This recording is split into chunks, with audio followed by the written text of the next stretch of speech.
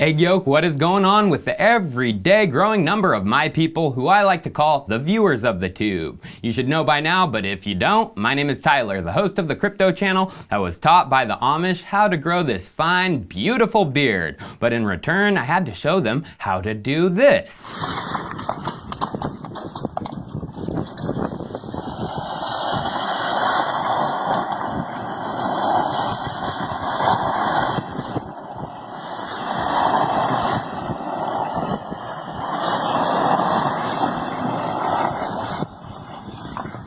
You know how we donut. It's time for Chico Crypto.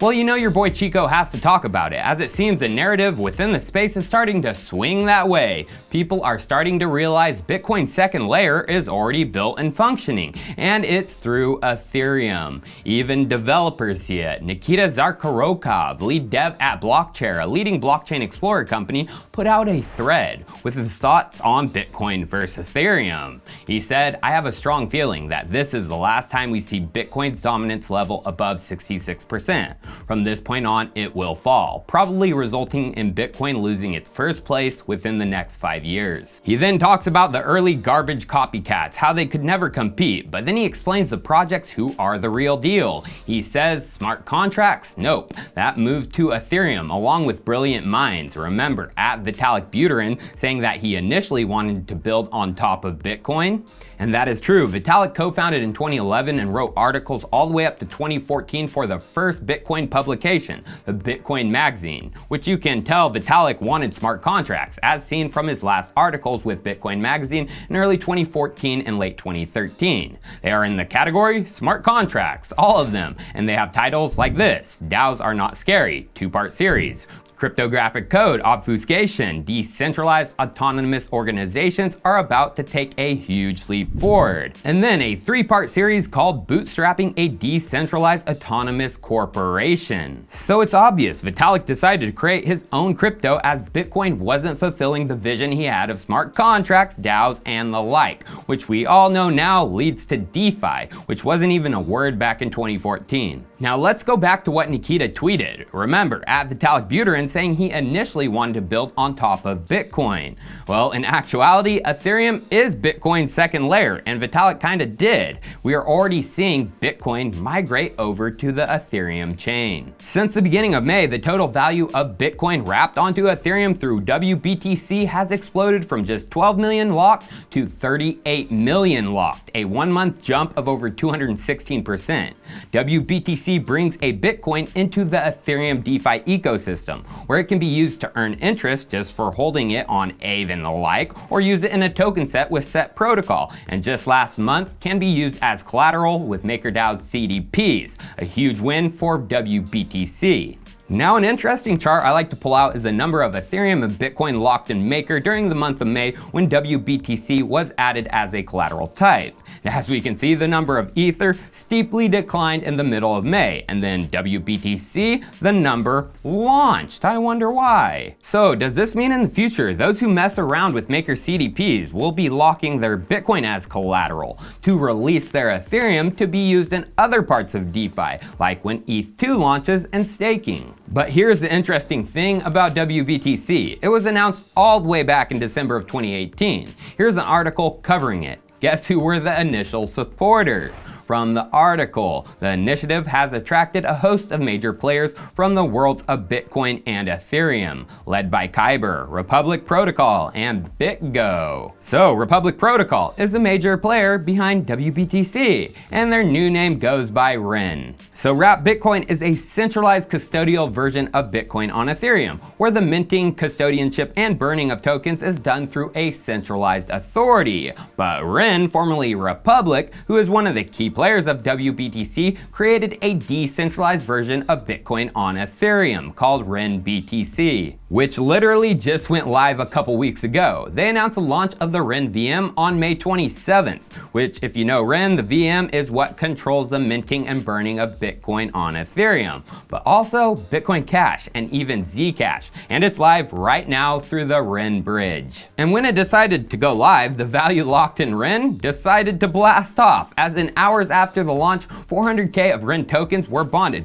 which secured $254,000 in assets. And that was just in hours, my friends. By the end of the week, June 3rd, the value locked doubled to over 500K, which included over 50 Bitcoin, making up a significant majority of the value locked. So, centralized wBTC or the decentralized renBTC? Which one would you rather choose? Well, the markets right now are showing wBTC as the RenVm is in its infancy stages. But as time goes on, I wouldn't doubt many move over to the decentralized version as it gives you full control over your BTC, like you're supposed to have. And the beauty of the RenVm is the forward-thinkingness of the project. In their GitHub, they show the ability for burn and mint transactions, besides the typical lock and mint and burn and release of Bitcoin. In burn and mint transactions through the VN, renBTC is burned and a Bitcoin is minted on Polkadot, which you guys know I've been covering Gavin Wood's Polka for a couple of weeks now, and down the road we will be covering Polkadot, Kusama, EWT, and more.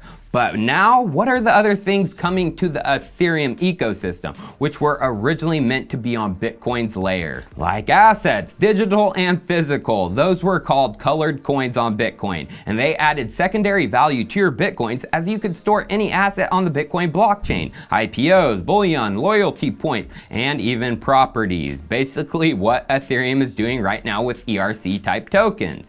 But those colored coins, they never took off, even though they were hyped as the future of BTC all the way back in 2013 when Vitalik was still a supporter. One of those arenas of colored coin assets was financial assets, a highly hailed project on Bitcoin supposed to do big things like tokenizing invoices and more.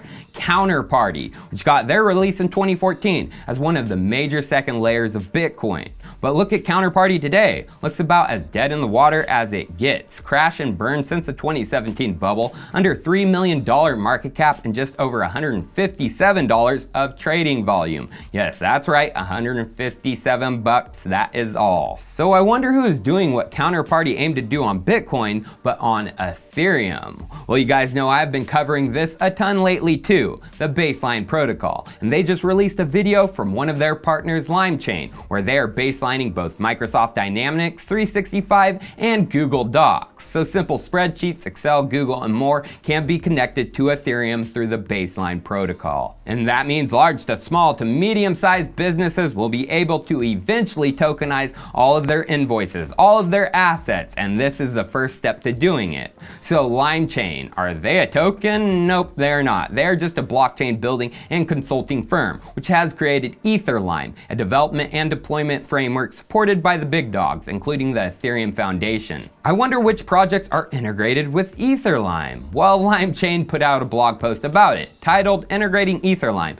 and Chainlink to bring ease of use and simplicity to smart contracts and DApp development. Which the article states, we are proud to announce the new Etherelime Chainlink Shape, a novel developer product that leverages Etherelime and Chainlink to speed up and stabilize the development process around bringing real-world data on-chain. And those Baseline guys, they just had another meeting. I wonder what Chainlink is up to. Let's watch now. Yeah, for sure. Yes, so hey guys. I guess mostly I'm going to go over very quickly an intro of what Chainlink does. So Chainlink, for those who don't know, is a generalized kind of framework to access real-world data and events through oracles. Stop right there. As we can see, there is an Oracle and Salesforce demo. That is definitely something Chainlink is involved with. I mean, if it's an Oracle company, as we know, Chainlink already has a partnership with them. In Salesforce, well, Chainlink has already partnered with enterprise blockchain solution company dApps Inc. to enable Salesforce users with accurate real-time data feeds for smart contract management. So I would think so. So as the Chainlink developer was creating a new epic, he said over a couple $100 million is secured by Chainlink nodes right now. So it's basically in the same manner that an application, if it wants to live on a blockchain and have smart contract capabilities, this application shouldn't have to replicate the blockchain, right? It should be able to use a framework which is already built with operators who are able to kind of reach consensus on the state of the blockchain. Here with Chainlink, we have a framework and a network of node operators, we call them, who can reach the consensus on specific data points.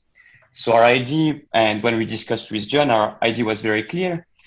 Basically, currently Chainlink is being used by around 23 applications which are built on Ethereum to get price data, mostly price data, but different kind of use cases. And currently it's securing, like the node operators on Chainlink are securing around a few $100 million of value, basically. But that new epic, it looks like they're going to use Chainlink Oracle nodes in workflow logic. Yeah, buddy. But in that baseline meeting, they ended it with what I'm talking about, tokenizing assets on Ethereum, far and wide including invoices, and from the man himself, Johnny Wolpert. So we have so many things to go through. I think the next one is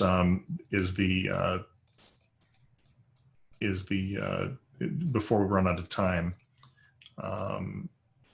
is the big tentpole, which is tokenizing an asset and other baseline records.